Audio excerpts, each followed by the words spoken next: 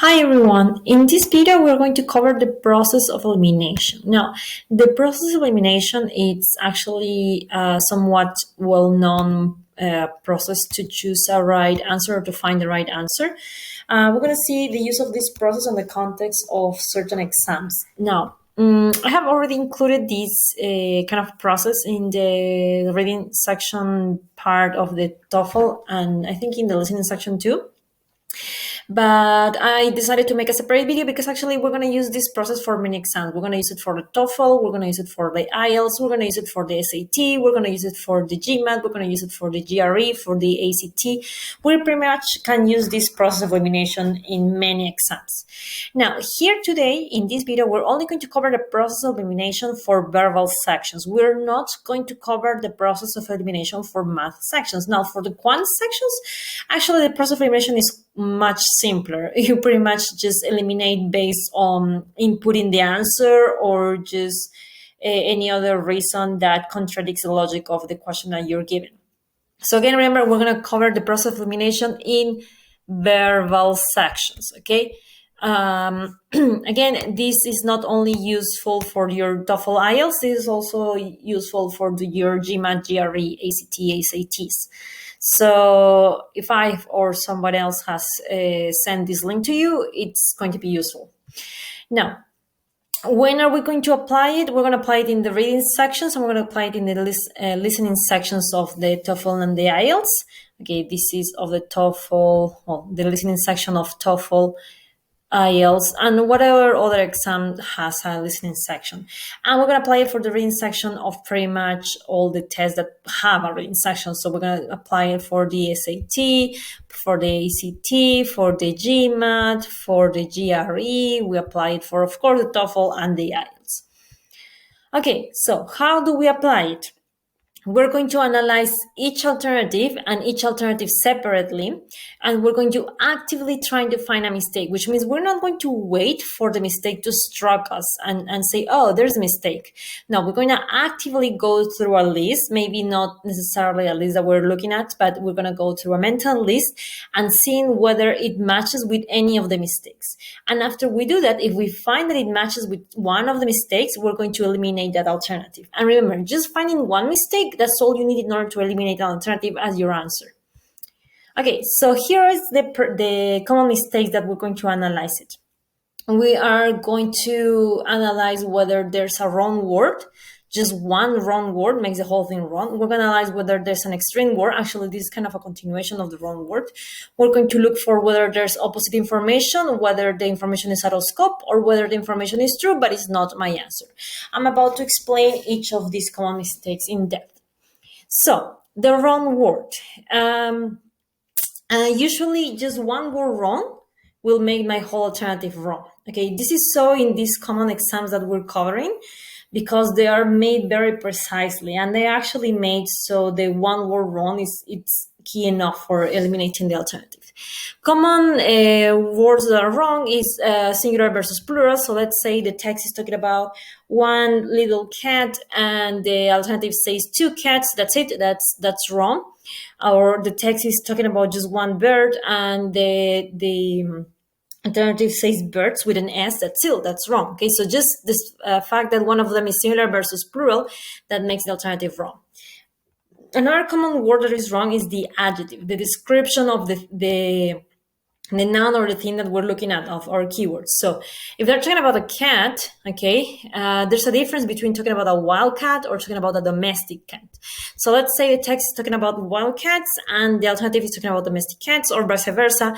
Either way, it is wrong because they're not talking about the specific thing. Remember in some of the videos you may have seen or your tutor or I may have told you that you have to be specific. This is pretty much just a result of being specific. If it's not the specific thing that I'm talking about, that's it. That's not my answer. Another common word is the wrong verb. So be careful of the specific action that your noun is performing. So running is not the same as walking, or sleeping is not the same as resting. So remember, we do not infer from one verb. So if the text says the cat ran, we do not mark the alternative that says the cat walked. Okay, even if it's walking fast, it's still not running. Okay, and remember, this is all about being specific. Okay, this is all a result of trying to be specific. Okay, the second common mistake, an extreme word. So what are extreme words? Extreme words are words like all, none, everything, everyone, nobody, never, always, etc. There are very obvious and common extreme words.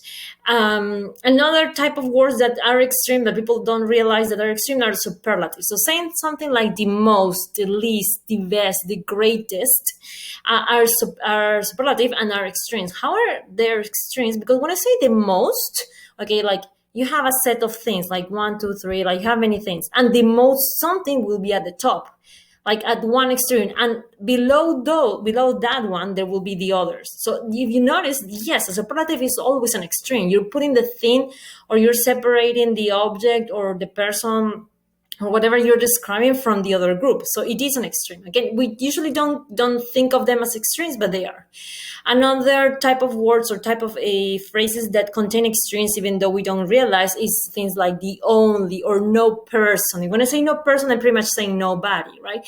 Or when I say the only, the word only, I mean only one, so I'm saying nothing else. So there is an extreme.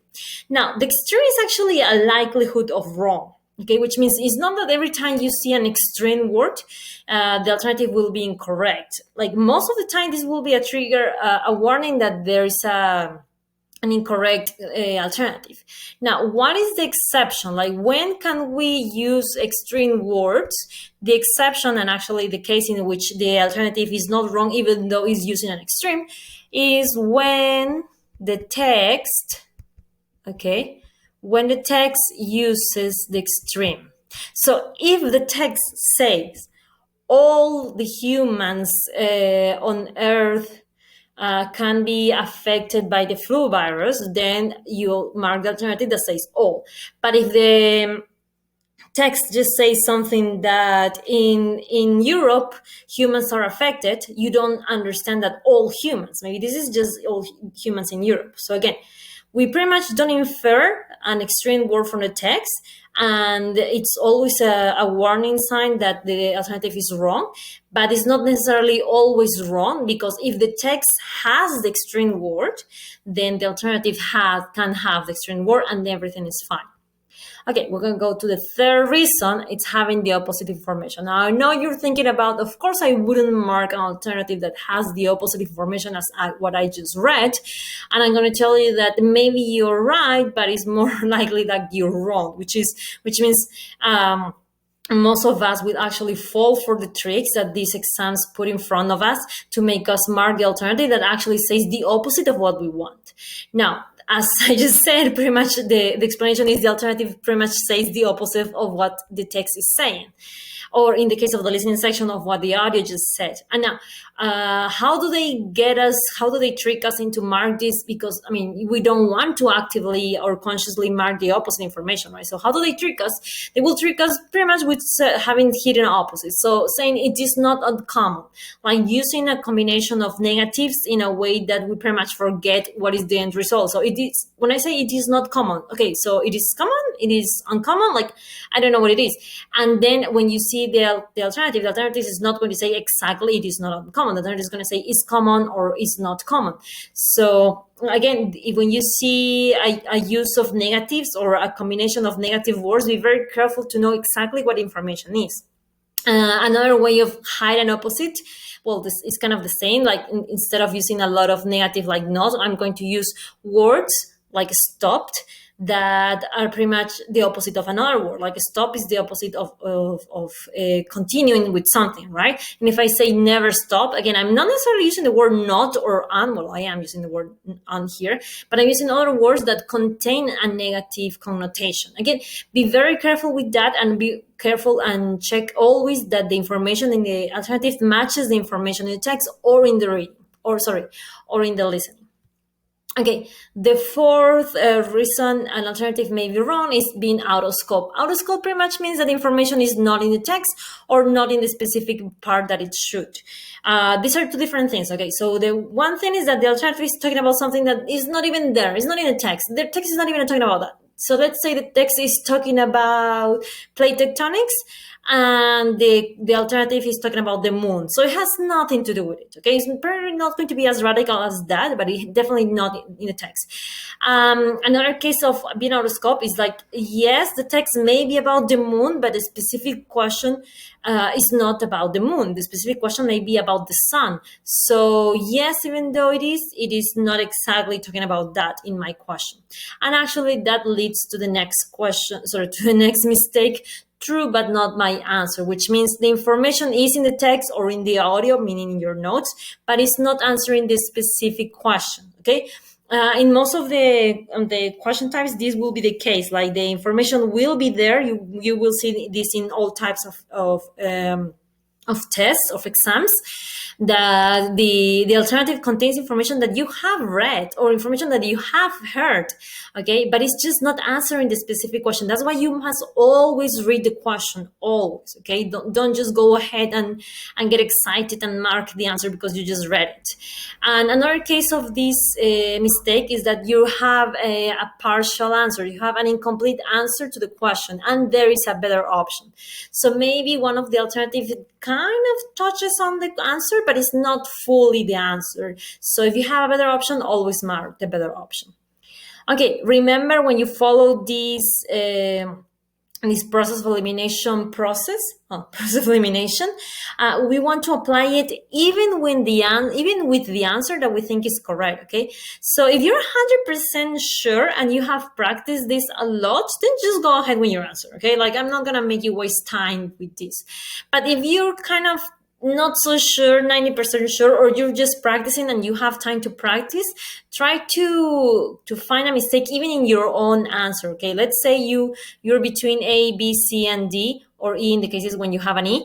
Let's say I already know it's A. Okay, still try to find if A has any of the mistakes. Like, still try to find, even if when you know, still try to find, okay, let's see all the words and see whether I can find a wrong word or an extreme word, or whether the information is the same or is the opposite, or whether information is out of scope, or whether the information is true but it's not actually giving the answer to my specific question. Okay, so always try it, even with the question, even with the answer that you think is correct.